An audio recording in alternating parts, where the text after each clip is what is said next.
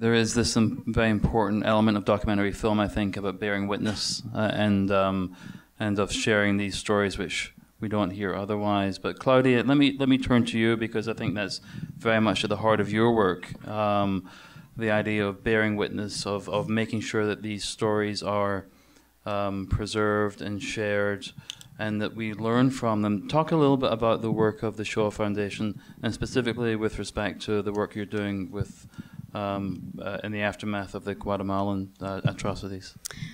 Yes, at the Shoah Foundation, we hold the world's largest archive of interviews of survivors and witnesses of genocide, with the majority of the collection of 55,000 interviews coming from the Holocaust experience, which is about 13 years of video if you saw them back to back. It's quite deep. And in my role as Director of Education, as have always said, that the life of a testimony that comes to us begins with the collection, the digitization, the indexing, and then what comes next? It's educating.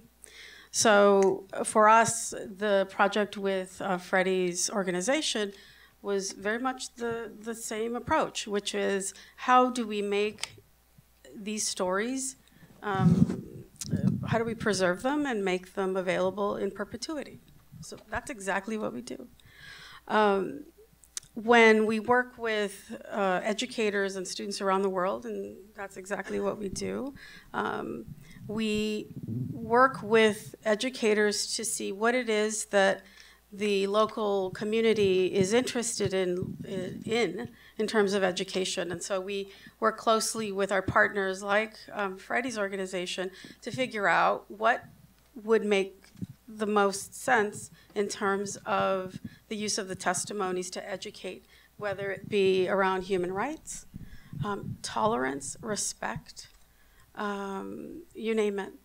I think the power of testimony and story is that when we hear either, anyone that's telling us their stories about the experience in Guatemala or Rwanda, Indonesia, Nanjing, the Holocaust, which are all the collections we have, is that we're hearing stories that are universal. So, and we were just talking about this today, Freddie, which is that at the end of the day, a lot of what we hear from survivors and witnesses are our story.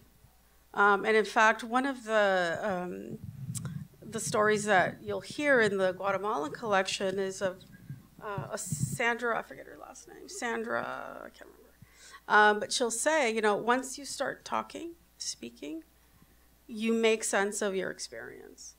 And that's quite powerful. And when you find a student literally just down the street from here, or in Bow Heights, or in the community where you might find yourself and you have students who are struggling with issues that are universal and that you find in the testimonies, in the Guatemalan collection or otherwise, it's quite powerful. It changes lives. And so that's what we do at the Shoah Foundation. And so partnering with FAFG has been yet another opportunity to reach students around the world.